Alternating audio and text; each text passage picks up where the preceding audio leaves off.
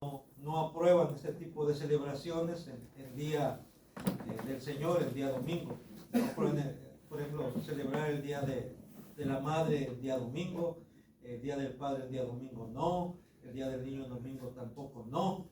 Pero esas ya son convicciones que se tienen. Sin embargo, no queremos desaprovechar la oportunidad para hablar acerca de los niños. Y esto es porque los niños son muy importantes para Dios. Tan importantes que Jesús declaró que de ellos es el reino de los cielos.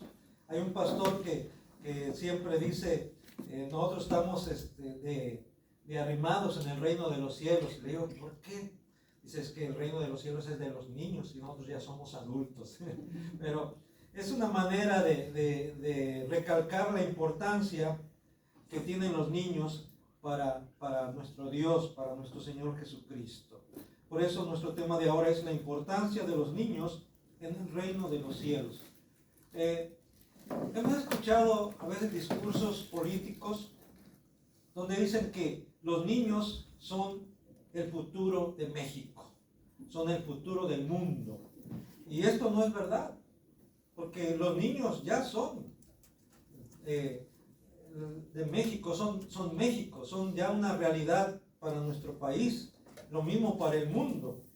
Y de hecho podemos decir que las generaciones que se están formando ahora son las que de alguna forma dentro de unas 2, 3 décadas serán los que estarán dirigiendo los destinos de este planeta.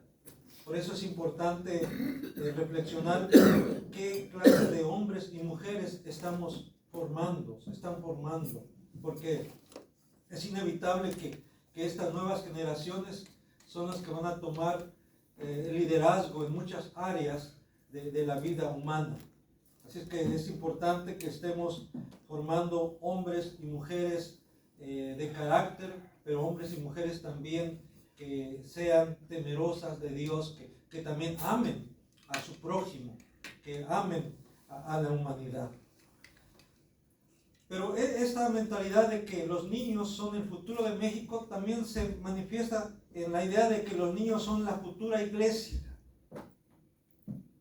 Y otra vez, podemos decir que esa no es la idea correcta. Los niños ya son la iglesia de hoy. Y por eso vamos a ver cómo a través de la historia de la salvación, los niños han desempeñado un papel importante para Dios y cómo el enemigo ha tratado de matar literalmente, de aplastar a los niños. Vamos a ver ahí, por ejemplo, en Éxodo capítulo 1, como desde el inicio, bueno, aún podemos regresar un poquito hacia atrás. ¿Qué les parece si vamos a Génesis, que es el libro de los comienzos? Como en el seno de la familia el enemigo trata de acabar con la descendencia en este caso, ¿verdad?, con la descendencia de Dios, la familia de Dios a través de Adán y Eva, en este caso de los que sirven a Dios, de los que aman a Dios, del pueblo de Dios. Ahí en Génesis capítulo 4, voy a leer los primeros versículos. Conoció Adán a su mujer Eva, la cual concibió y dio a luz a Caín, y dijo, por voluntad de Jehová he adquirido varón. Después dio a luz a su hermano Abel, y Abel fue pastor de ovejas y Caín fue labrador de la tierra.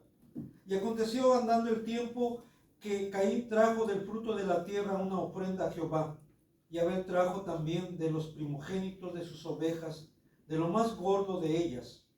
Y miró Jehová con agrado a Abel y a su ofrenda. Pero no miró con agrado a Caín y a la ofrenda suya. Y se ensañó Caín en gran manera y decayó su semblante. Entonces Jehová dijo a Caín, ¿por qué te has ensañado y por qué ha decaído tu semblante? Si bien hicieres, ¿no serás enaltecido? Si no hicieres bien, el pecado está a la puerta. Con todo esto, a ti será su deseo y tú te enseñorearás de él. Y dijo Caín a su hermano Abel: salgamos al campo. Y aconteció que estando ellos en el campo, Caín se levantó contra su hermano Abel y lo mató. Ahí vemos cómo Caín mata a su hermano Abel, aquel que había ofrecido una ofrenda agradable a Jehová. No le gustó a Caín, y sabemos que detrás de esto estaba el enemigo. Estaba Satanás mismo, que es el enemigo de Dios y el enemigo también del pueblo de Dios, y el enemigo de alguna manera en este caso, ¿verdad?, de los niños también. ¿Por qué digo de los niños? Porque ahora sí vamos a Éxodo capítulo 1, versículo 15. Es el siguiente libro de la Biblia. Éxodo capítulo 1, del versículo 15 al 22, dice así: y habló el rey de Egipto a las parteras de las hebreas, una de las cuales se llamaba Cifra y otra Fúa, y les dijo: cuando asistáis a las hebreas en sus partos y veáis el sexo, si es hijo, matadlo, y si es hija, entonces viva. Pero las parteras temieron a Dios y no hicieron como les mandó el rey de Egipto, sino que preservaron la vida a los niños. Y el rey de Egipto hizo llamar a las parteras y les dijo: ¿por qué habéis hecho esto, que habéis preservado la vida a los niños?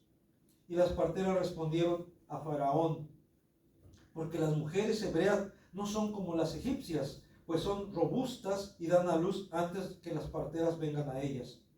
Y Dios hizo bien a las parteras, y el pueblo se multiplicó y se fortaleció en gran manera. Y por haber las parteras temido a Dios, Él prosperó sus familias. Entonces Faraón mandó a todo su pueblo diciendo: echad al río a todo hijo que nazca, y a toda hija preservad la vida. Satanás sabía que la importancia que tienen los niños para los planes de Dios, para el reino de los cielos. En este caso, los niños hebreos. Los niños hebreos eran de la descendencia de Abraham y de Jacob, con los cuales Dios había hecho un pacto. Recuerden, Dios hizo un pacto con Abraham, con Isaac, con Jacob. Pues estos hebreos, estos niños, eran descendientes de Abraham, de Jacob, y por eso el enemigo quiere destruirlos, quiere exterminarlos. Y esto, cuando estaba yo pensando qué compartir con ustedes en este día, me estaba acordando de lo que está pasando actualmente también, cómo el enemigo sigue atacando, cómo sigue tratando de destruir a la niñez, aquí directamente y literalmente por medio de Faraón. Dice, a todos los niños deben morir. Si es niña, déjenla vivir, pero si es niño hay que matarlo. Y luego a través de las parteras, pero luego a través de todo el pueblo dio esa indicación a todos los egipcios. Ellos estaban facultados por Faraón, por el rey, diríamos nosotros, por el Estado en ese tiempo, porque Faraón representaba el Estado en ese tiempo. Dio la orden para que todos pudiesen disponer de la vida de los niños. Cualquier ciudadano egipcio podía tomar a un niño y echarlo al río para que muriera, para que se ahogue y muera. Y actualmente está sucediendo algo similar, en el sentido de que la ideología de género está tratando de destruir la identidad, la personalidad de los niños. Y a través del Estado, a través del gobierno, está obligando a las escuelas, está obligando a las instituciones a aceptar esta ideología de género, de decir que ya no hay niño, no hay niña, o si hay niño, hay niña, pero hay otros géneros. Y a mí me sorprende ahora, yo digo que me quedé con eso de LGTB, algo así, pero ahora ya hay como más de 150 géneros. Pero Es una manera en que está atacando el enemigo para decir, tú puedes elegir lo que tú quieres ser. Sí, aparentemente eres niño, pero puedes ser niña. Aparentemente eres niña, pero puedes ser niño. O ni niño ni niña. Está destruyendo la identidad y con ello está de alguna manera acabando con esa descendencia, porque también se está infiltrando en las iglesias. Y si se dan cuenta, ahorita se está dando esto que las parejas, los matrimonios, ya no quieren tener hijos y prefieren tener mascotas. Hay países como Japón en donde ya no hay niños, casi ya no hay niños, casi no hay adolescentes. La mayoría de la población son adultos, son ancianos. Ese es un ejemplo nada más. Hay países en donde la mayoría de la población son ancianos, no hay niños.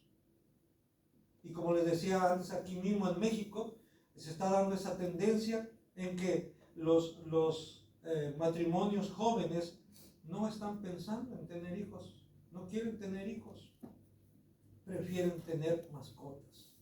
¿Dónde va a estar la descendencia entonces? Pronto vamos a estar viendo también esa situación, que la mayoría de la población en México va a ser de personas mayores, de personas adultas. Más tarde, el enemigo trató de destruir a Jesús mismo. Allá en Mateo capítulo 2, vamos a ir ahora al Nuevo Testamento. Cuando Jesús era niño, trató de destruirle, trató de matarle por medio del rey Herodes. Mateo capítulo 2. Voy a leer del versículo 13 hasta el versículo 18. Dice, después que partieron, está hablando aquí de los magos, después que partieron ellos, y aquí un ángel del Señor apareció en sueños a José y dijo, levántate y toma al niño y a su madre y huye a Egipto y permanece allá hasta que yo te diga, porque acontecerá que Herodes buscará al niño para matarlo. Y él, despertando, tomó de noche al niño y a su madre y se fue a Egipto. Y estuvo allá hasta la muerte de Herodes, para que se cumpliese lo que dijo el Señor por medio del profeta cuando dijo, de Egipto llamé a mi hijo. Herodes entonces, cuando se vio burlado por los magos, se enojó mucho y mandó matar a todos los niños menores de 2 años que había en Belén y en todos sus alrededores, conforme al tiempo que había inquirido de los magos. Entonces se cumplió lo que fue dicho por el profeta Jeremías cuando dijo, voz fue oída en Ramá, grande lamentación, lloro y gemido, Raquel que llora a sus hijos y no quiso ser consolada porque perecieron. ¿Se dan cuenta aquí cómo el enemigo a través de Herodes quiere destruir, quiere matar a Jesús, y en su intento manda matar a todos los niños, más o menos considerando el tiempo de la aparición de la estrella, a todos los niños menores de 2 años. Nuevamente, ¿por qué lo hace? Porque el enemigo sabe que es en los niños en donde no solamente está el futuro de una nación, sino también el futuro del pueblo de Dios. En este caso estamos hablando de niños cuyos padres son temerosos de Dios, cuyos padres son creyentes. Y yo siempre he dicho esto, ¿cómo es posible que a veces los padres creyentes, los padres temerosos de Dios, nos limitamos en tener 1 o 2 o 3 hijos? Y mientras que aquellos padres que no tienen temor de Dios y que muchos de ellos son malvivientes, llegan a tener 6, 7, 8, 10 hijos. Y uno dice, ¿qué está pasando ahí, verdad? Estaba escuchando el otro día, bueno, viendo un documental que dentro de los judíos, ellos, una de sus, vamos a decirlo así, de sus principios que tienen, de los judíos actuales, que viven allá en Israel, es tener muchos hijos. Tener muchos hijos, porque saben la importancia que tiene que el pueblo de Dios crezca. En este caso ellos se consideran como el pueblo de Dios. Y ya vimos en base a Éxodo cómo Dios estuvo multiplicando al pueblo de Israel aún allá en la esclavitud, aún en Egipto. Como los mismos egipcios tuvieron miedo de que vieron cómo estaba creciendo el pueblo hebreo. Y por eso dieron órdenes a las parteras. Y es lo que está pasando ahorita en el mundo. Usted sabe que, y yo no soy de los conspiracionistas o que están siguiendo a los conspiracionistas, pero es real muchas cosas que se manejan en cuanto al control de la población.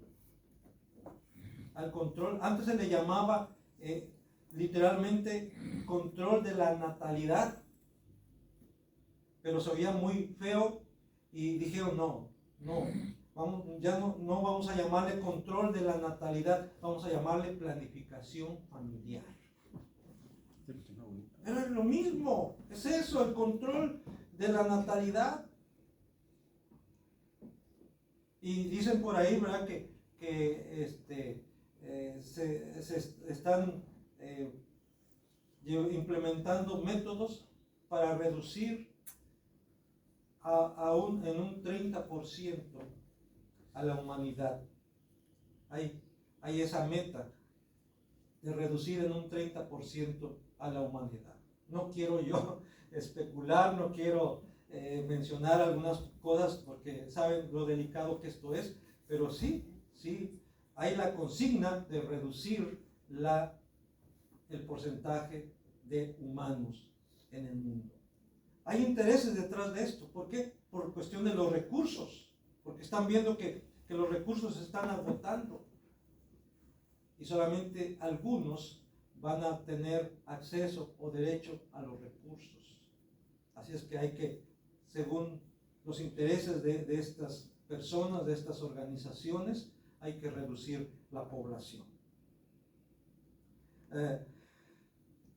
Vemos también que el enemigo, estoy hablando del enemigo, ya saben a quién me refiero, decía un hermano por ahí, el innombrable, el impronunciable. El enemigo, al ver que no funcionó aquello de Éxodo capítulo 1, de acabar con los niños hebreos, viene el siguiente paso, el siguiente método, ¿ok? No pudieron acabar con los niños, las parteras no se sometieron a la disposición de Faraón, dejaron que los niños vivieran. Por ahí encontramos a una madre que a su niño lo mete en una canasta. Muchos dicen eso es mito, es leyenda. Yo lo creo que sí pasó. Para ocultarlo. Y lo echa en esa canasta impermeabilizada al río Nilo. Y ahí lo encuentra la hija de Faraón.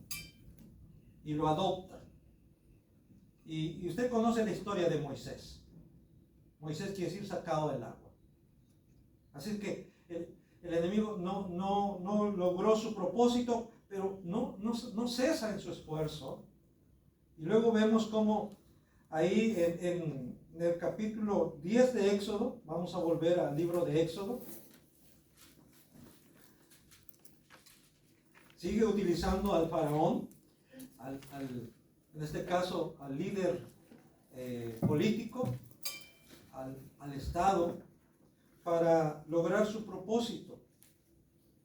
Y ahí tenemos en este pasaje lo que sería, bueno, desde antes las plagas que Dios envió en contra de Egipto para que dejara salir a su pueblo y no quería a Faraón. Y parece que cede un poquito. Vamos a ver ahí en Éxodo capítulo 10, versículo 7 al 11.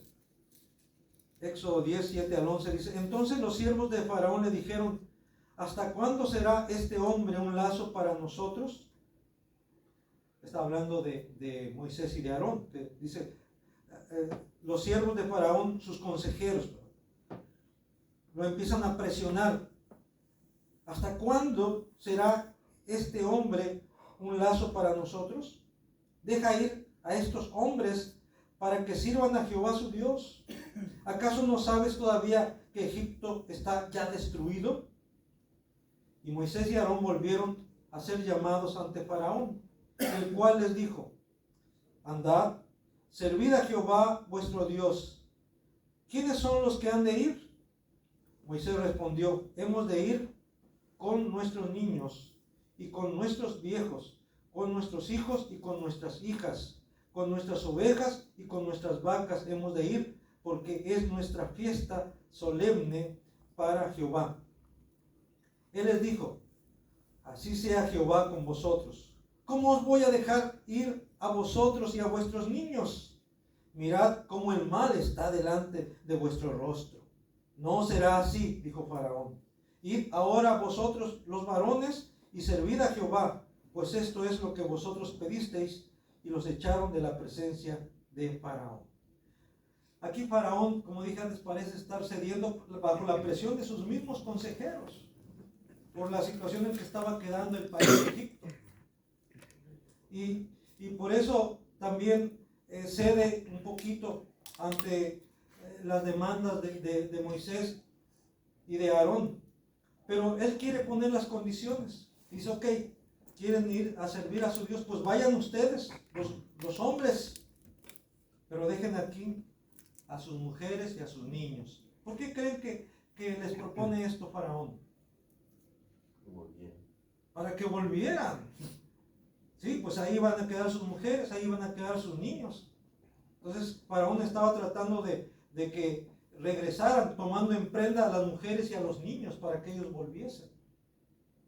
Pero esa no era la idea. La idea de Moisés, la idea de Dios, el propósito de Dios es que todo su pueblo saliera para que le sirviera a él, para que dejara de servir a Faraón y le sirviera a él.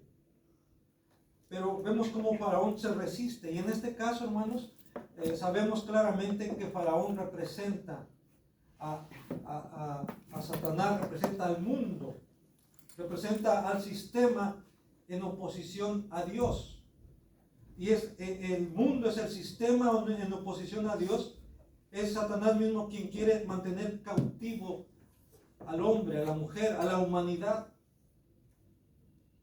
Y pone ciertas condiciones. Pero aquí sobre todo vemos como la importancia que tienen los niños, como dijimos, para el reino de los cielos, para Dios.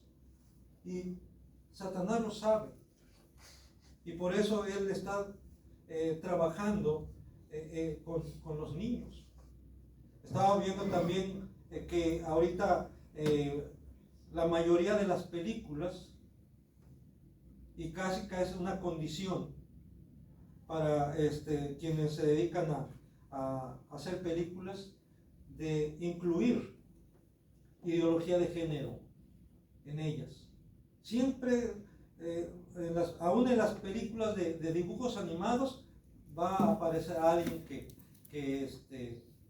va a manifestarse el homosexualismo ahí.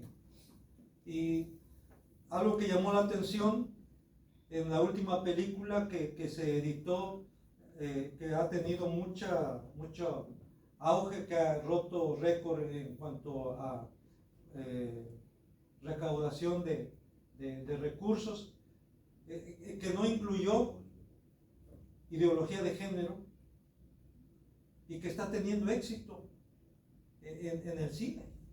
Y yo no estoy aquí para promocionar películas, pero ha llamado la atención eso, que esta película que no incluye ideología de género está siendo bien recibida por el público. Eso quiere decir que todavía hay esperanza, hermano, que todavía hay ese sentido, ¿no? de saber que Dios creó hombre y mujer, varón y hembra. Nada más. Nada más.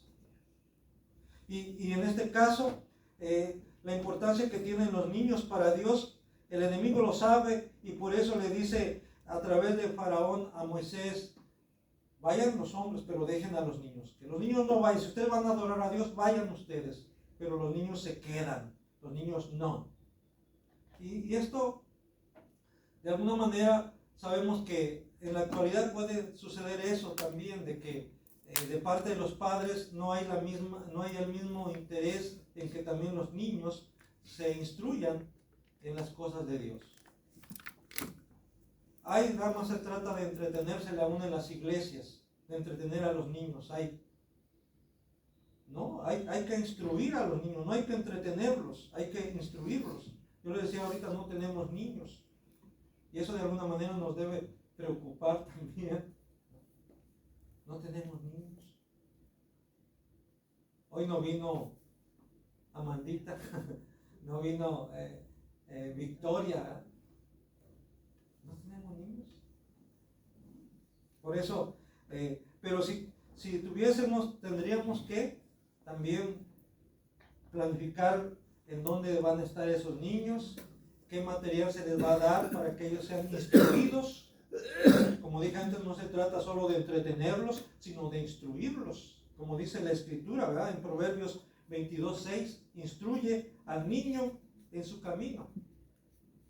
Y aun cuando fuere viejo, no se apartará de él. Hay que instruir a los niños, no entretenerlos, instruirlos en la palabra de Dios, en las cosas de Dios. Los niños también participan en la verdadera adoración a Dios.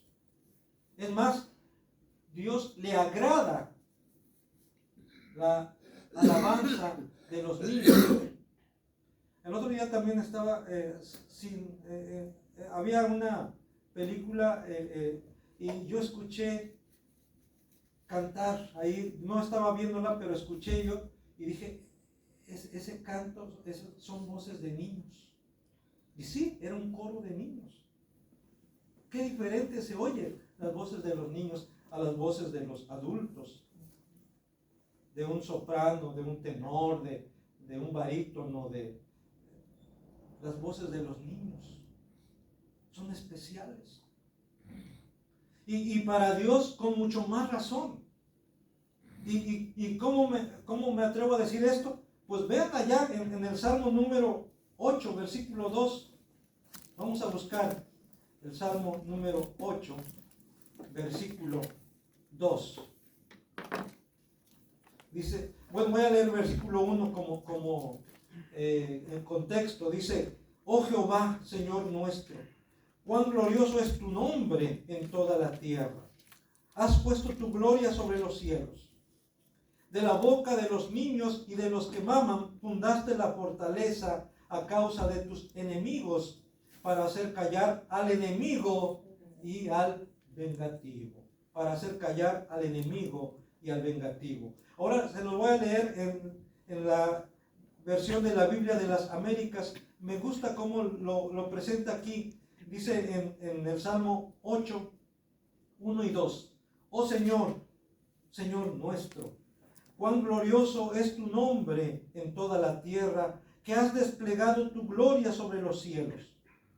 De la boca de los infantes y de los niños de pecho, has establecido tu fortaleza por causa de tus adversarios, para hacer cesar o callar al enemigo y al vengativo. Otras versiones traducen, dice que Dios, ¿verdad? Se fortalece en la alabanza o con la alabanza de los niños. Sabemos que a Dios, tu alabanza no hace más grande a Dios. Sin embargo, tu alabanza, cuando tú exaltas el nombre de Dios, tú levantas el nombre de Dios, tú engrandeces el nombre de Dios aquí entre nosotros, como testimonio. A Dios, a Él no le afecta, ya lo he dicho, es la diferencia entre los dioses de los griegos, la mitología griega, en donde los dioses griegos tenían que ser venerados, adorados, porque si no perdían su poder, y por eso demandaban la adoración de los humanos. En la adoración de los humanos está la razón de ser de ellos. Pero Dios no es el caso. Nuestro Dios, Él no depende de nuestra adoración. Él es el mismo ayer, hoy y por los siglos. Él no se afecta en su esencia, en su naturaleza, si tú le adoras o no, si tú le cantas o no. Sin embargo, Él se agrada de tu alabanza, de tu adoración, sobre todo si lo haces en espíritu y en verdad, porque tales adoradores Dios busca que le adoren. No porque necesite de tales adoradores, sino porque Él se agrada de tales adoradores. Y los más beneficiados somos o son los adoradores en espíritu y en verdad. Ya el otro día yo decía que en la medida en que nosotros adoramos a Dios, en la medida en que nosotros obedecemos a Dios, honramos a Dios, pero nos beneficiamos nosotros. Así es de que vale la pena honrar a Dios, vale la pena servir a Dios, porque esto repercute en beneficio nuestro, en bendición para nuestra vida. Así es de que en el plan de Dios, en la voluntad de Dios, es que los niños le alaben también. Y Él se glorifica, Él se deleita en la alabanza de los niños, aún de los niños de pecho. Y dirá uno, bueno, pero ¿cómo? No, tú y yo no lo entendemos, pero ahí está Dios diciendo que Él se deleita aún en la alabanza de los niños de pecho, de los infantes, de los niños que ya pueden hablar, que ya pueden cantar. Y Jesús, allá en Mateo capítulo 21, cuando es aclamado por los niños, por los adolescentes, y que enoja a sus enemigos, fíjense, literalmente sus enemigos se enojan. Vamos a buscar en Mateo capítulo 21, por favor.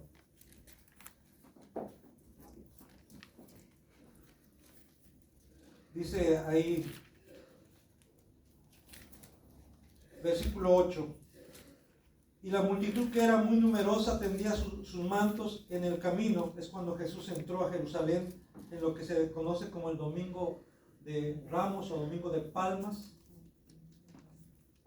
Y la gente tendía sus mantos en el camino, y otros cortaban ramas de los árboles y las tendían en el camino. Y la gente que iba delante y la que iba detrás aclamaba diciendo: Hosana al Hijo de David, bendito el que viene en el nombre del Señor, hosana en las alturas. Y luego ahí en el versículo 15 y 16. Pero los principales sacerdotes y los escribas, viendo las maravillas que hacía, y a los muchachos aclamando en el templo y diciendo: Hosana al Hijo de David, se indignaron y le dijeron: ¿oyes lo que estos dicen?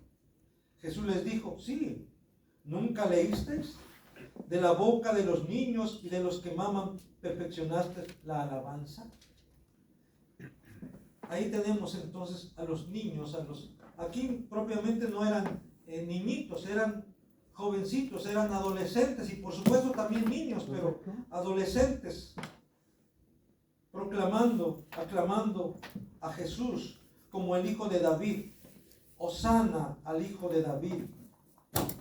Dice que los principales sacerdotes, los escribas, se enojaron, se llenaron de celos y le reclaman a Jesús: ¿qué no estás escuchando? Y en otro de los evangelios dice: diles que se callen. Así a ese punto, diles que se callen. Jesús les responde, si ellos se callan, las piedras van a hablar, las piedras van a proclamar. Dios tiene en alta estima la alabanza de los niños. Tal vez a nosotros nos parece, a lo mejor que están desafinados más cuando están cambiando de voz. Luego dicen, no, ya se les salió un gallo, ya se les salió un gallito por ahí.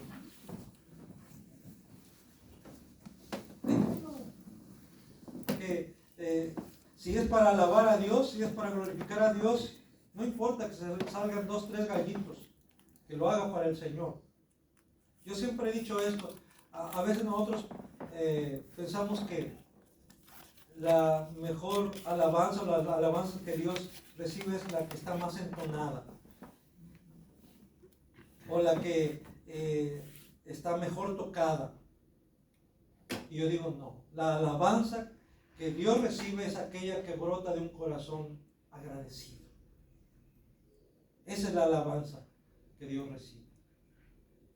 Tal vez un poco desafinada, no importa, si lo haces para el Señor. Ahora, ahí entra la responsabilidad humana. Tu responsabilidad, mi responsabilidad, si voy a dirigir la alabanza, o aún si voy a cantar, debo de esforzarme lo más que se pueda. Si voy a dirigir la alabanza, debo prepararme, debo ensayar, como lo hacen nuestros hermanos. No nomás así, a ver qué sale.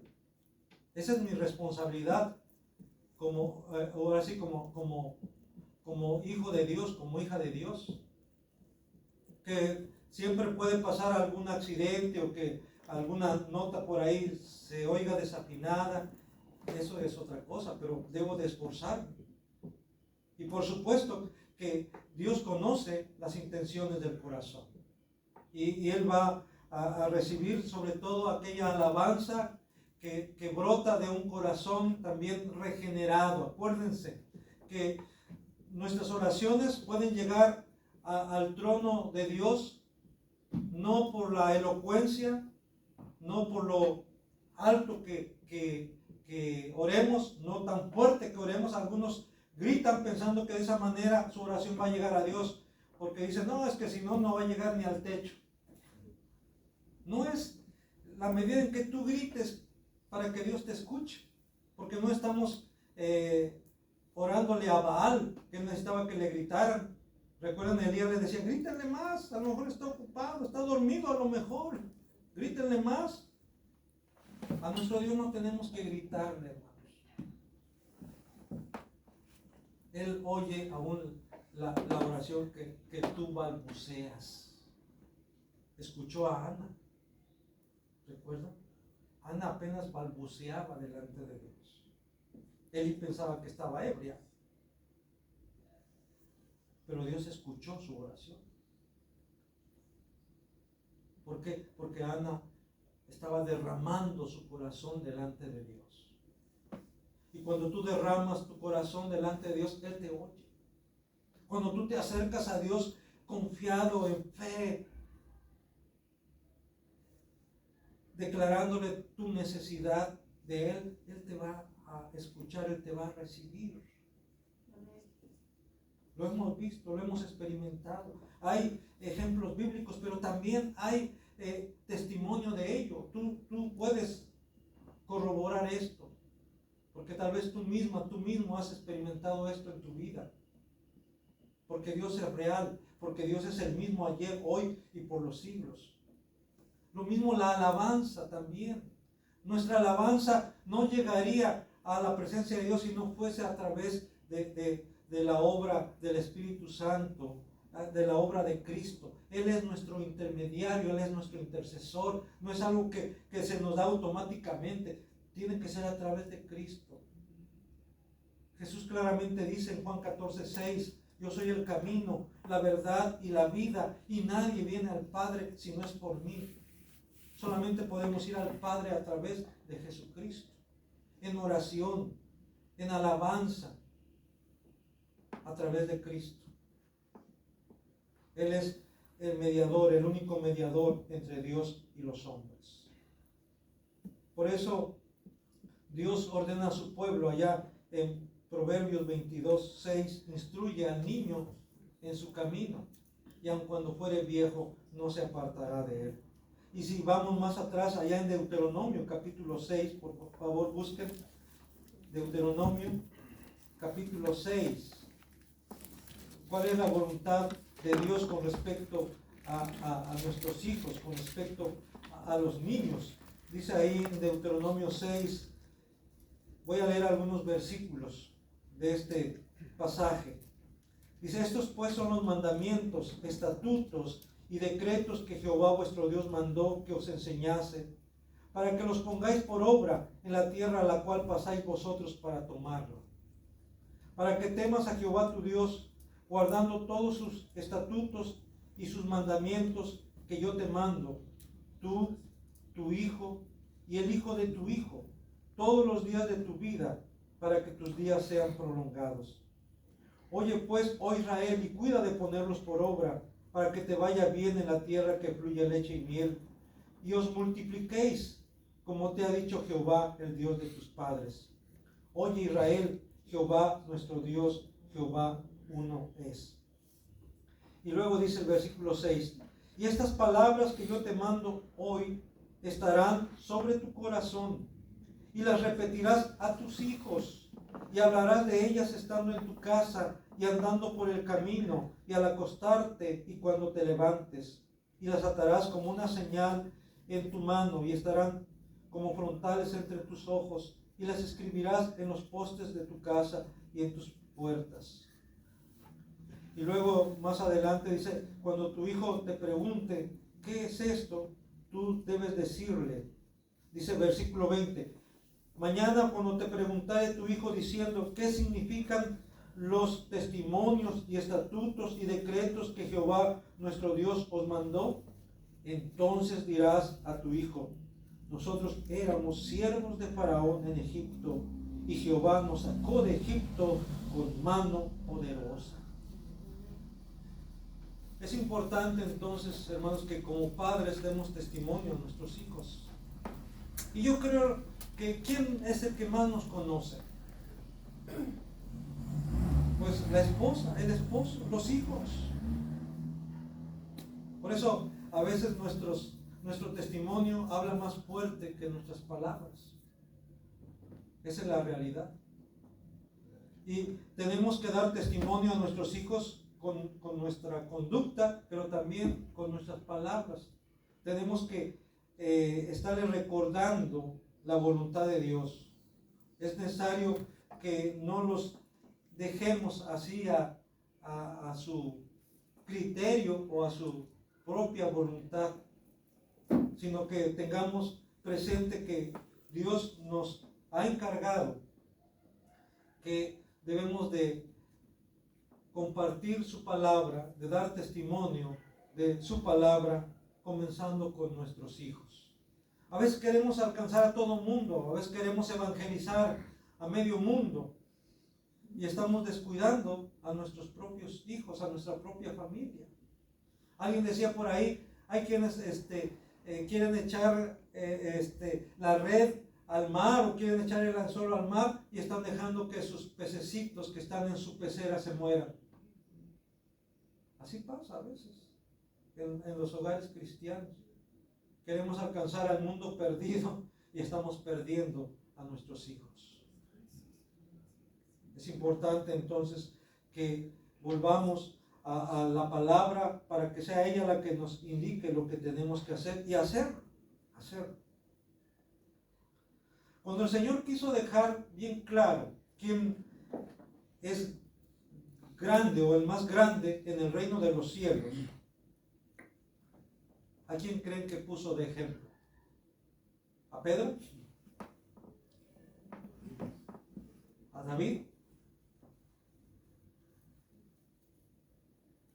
A un niño. Vamos a buscar ahí en Mateo capítulo 18, por favor, vamos. Y esto viene como a cerrar lo que estamos diciendo desde un principio, qué importantes son para Dios, qué importantes son para Cristo, qué importantes son para el reino de los cielos los niños. Mateo capítulo 18. Dice ahí del 1 en adelante, Mateo 18, dice: en aquel tiempo los discípulos vinieron a Jesús diciendo: ¿quién es el mayor en el reino de los cielos? Ellos esperaban que Jesús dijera: tú, ¿verdad? A lo mejor Pedro o Juan, el discípulo amado. Y llamando Jesús a un niño, lo puso en medio de ellos y dijo: de cierto os digo que si no os volvéis y os hacéis como niños, no entraréis en el reino de los cielos. Así que cualquiera que se humille como este niño, ese es el mayor en el reino de los cielos. Y cualquiera que recibe o que reciba en mi nombre a un niño como este, a mí me recibe. Aquí está qué significa ser o hacerse como niño. No quiere decir que vamos a actuar como niños, porque muchas veces los niños son muy berrinchudos y los adultos también, pero se nota más en los niños. Pablo mismo dice: cuando yo era niño, pensaba como niño y hablaba como niño, pero ahora que soy grande, dejé las cosas de niño. Así es que no se trata de volvernos unos niños de la manera literal en que empecemos a decir gu, ba, ba, ba, cosas así, ¿verdad? No, sino aquí está en ser humildes. En ser humildes, porque aquí está diciendo, ¿verdad? Al que se humille, como hay que tomar en cuenta el contexto en ese tiempo. Decía yo la vez pasada, los niños y las mujeres eran menospreciados. Para la cultura hebrea en ese tiempo, para la cultura judía, los niños y las mujeres no contaban. Eran como un cero a la izquierda. Eran menospreciadas las mujeres, los niños eran menospreciados. Y aquí Jesús les está dando el lugar que les corresponde. Los levanta a la mujer, levanta al niño. Eso también ya una vez hablamos sobre la dignidad de la mujer en la Escritura. El hombre ha tratado siempre de aplastar a la mujer, de pisotear a la mujer en las culturas machistas, pero aún en la Escritura vemos eso. Pero Dios dice no, porque tanto el hombre como la mujer como el hombre están creados a mi imagen y semejanza, dice Dios. La mujer no es de segunda categoría, no, es de la misma naturaleza que el hombre. Es coheredera con el hombre de las bendiciones de Dios, es coheredera con el hombre del reino de los cielos. Los niños también son coherederos. Dios los estima de tal manera que Jesús está diciendo: el más grande en el reino de los cielos son los niños, los más grandes en el reino de los cielos. De tal manera que si ustedes no se vuelven como un niño, no pueden entrar en el reino de los cielos. Así que cualquiera que se humille como este niño, ese es el mayor en el reino de los cielos. Y cualquiera que reciba en mi nombre a un niño como este, a mí me recibe. Unos dicen, hay que tener esa misma confianza que tienen los niños. Por ejemplo, en su padre o en su madre. Un niño dice, si el papá le dice, arrójate, el niño se va a arrojar, porque sabe que el papá lo va a recibir. Que el niño llora porque cuando tiene hambre, porque sabe que mamá le va a dar de comer. Dice, así deberíamos de ser nosotros, con esa confianza en Dios. Que si Dios nos pide hacer esto, debemos hacerlo si confiamos en Él. Y nuestra dependencia de Dios debiera ser como la dependencia de un niño con su madre. Bueno, sí, esto puede ser, pero más que nada está Jesús aquí dándole una lección a sus discípulos, que ellos estaban pensando en que ellos o algunos de ellos iban a ser los más grandes en el reino de los cielos. Estaban esperando eso de parte de Jesús. Recuerden que en otra parte hasta se están peleando entre ellos. Incluso la mamá de Jacobo y de Juan le dice a Jesús, cuando tú estés sentado en tu reino, haz que uno de mis hijos se siente a tu derecha y el otro a tu izquierda.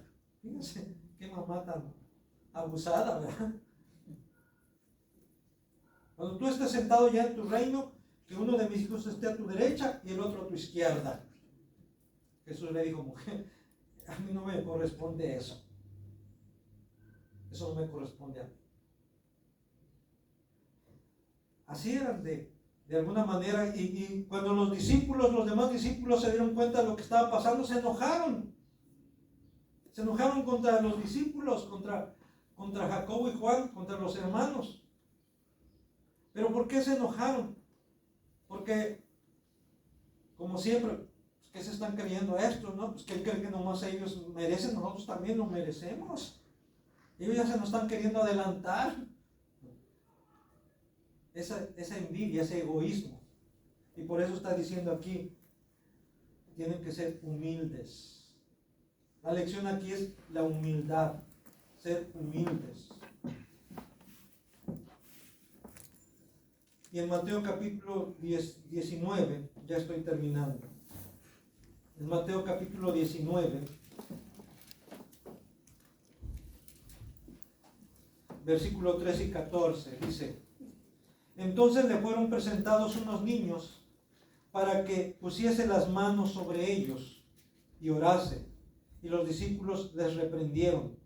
Pero Jesús dijo: dejad a los niños venir a mí y no se lo impidáis, porque de los tales es el reino de los cielos. Y habiendo puesto sobre ellos las manos, se fue de allí. Él los bendijo. Aquí tenemos cosas que tenemos que hacer, o que los padres tienen que hacer con los niños, o que los adultos tenemos que hacer con los niños. ¿Qué es lo que tenemos que hacer? Traerlos a Jesús. No solamente no debemos estorbarles, sino traerles a Jesús. ¿Para qué? Para que los bendiga. ¿Y qué va a hacer Jesús? Va a bendecirles. Así es que, ¿quieres que tus hijos sean bendecidos, que tus hijas sean bendecidas, que tu hijo, que tu hija sea bendecida?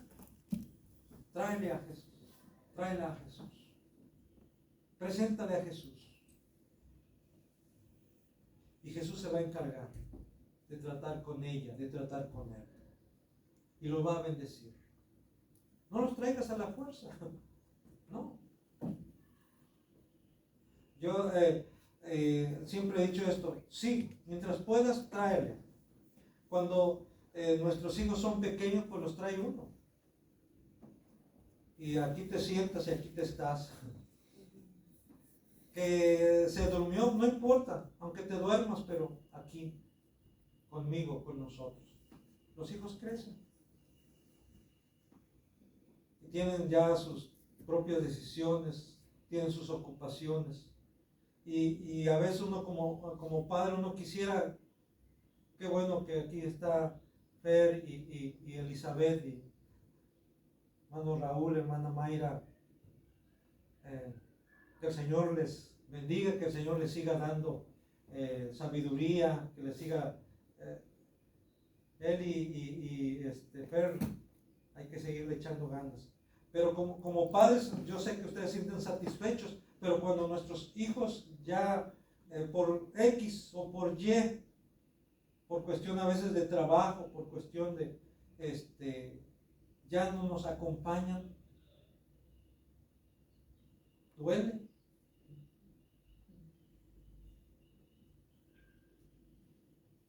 El Señor conoce la situación de cada uno,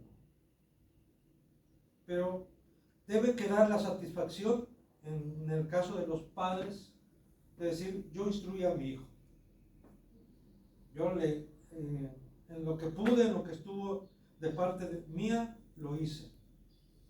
Ahora le corresponde a ellos. Ahora Dios que trate con ellos.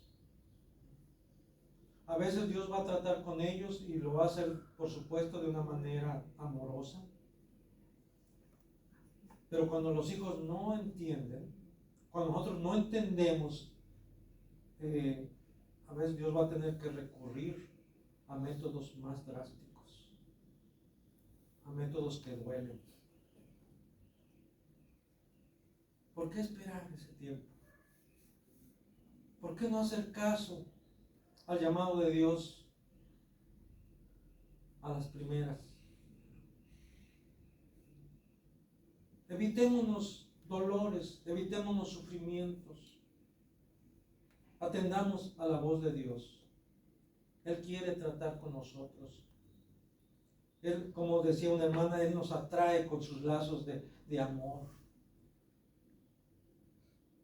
Y el mejor ejemplo de ello lo tenemos ahí en el Salmo 23.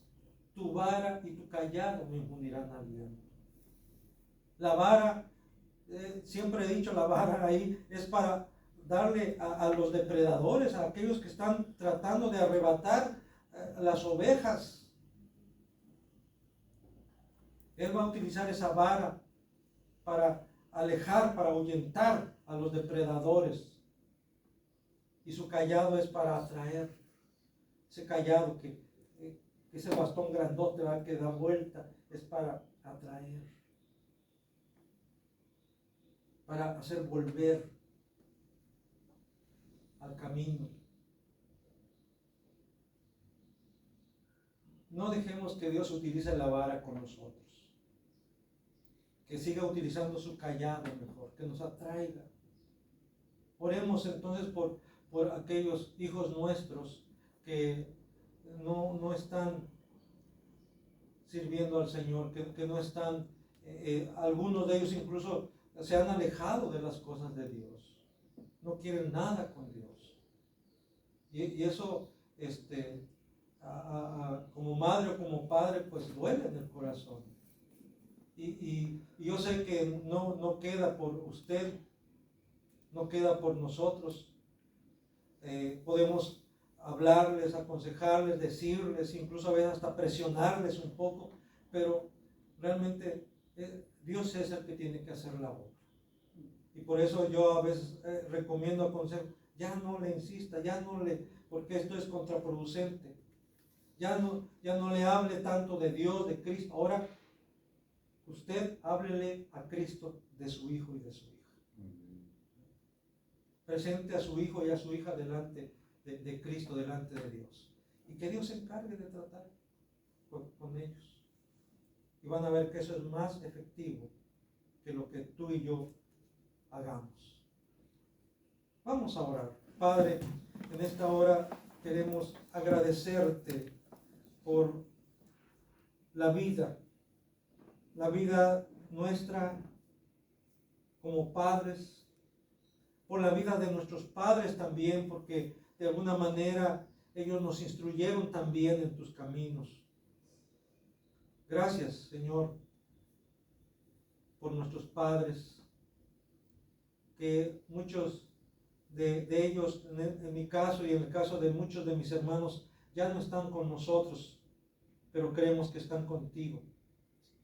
Ahora que nos toca a nosotros esta responsabilidad con nuestros hijos que todavía estamos aquí, Señor, te pedimos que nos des sabiduría, pero también que nos des carácter, que nos des determinación, Señor, para saber cómo seguir tratando con nuestros hijos.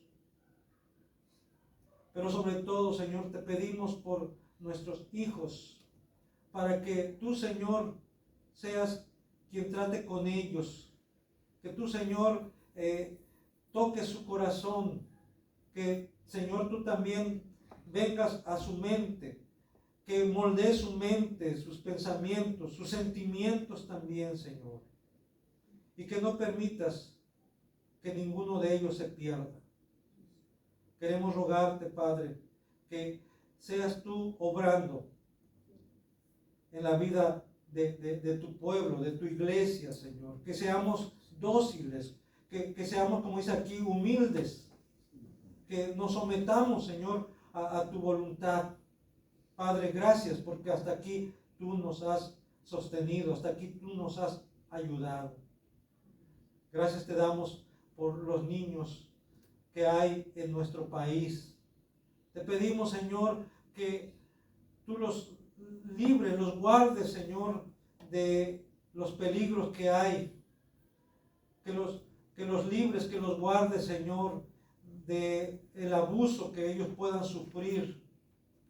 Padre, cuando escuchamos las estadísticas, cuando escuchamos, Señor, de casos de niños, de niñas que son abusadas física, sexual, verbalmente, Señor, nuestro corazón se quebranta, se duele y creemos que, Señor, con mucho más razón tú, Señor, porque tú amas a los niños. Para ti son muy importantes. Te rogamos, pues, Padre, que tú seas con la niñez de nuestro país. Se están formando hombres y mujeres, Señor, que van a liderar nuestro país muy pronto.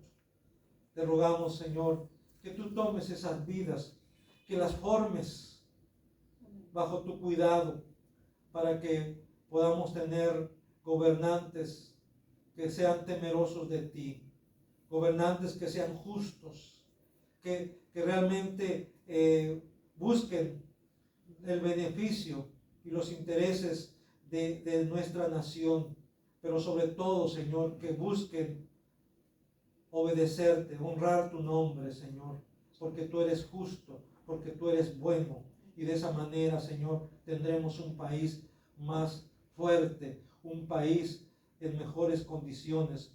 Gracias, Padre, porque sabemos que tú estás obrando, que tú estás actuando. En el nombre de Jesús te bendecimos y alabamos. Amén. Amén.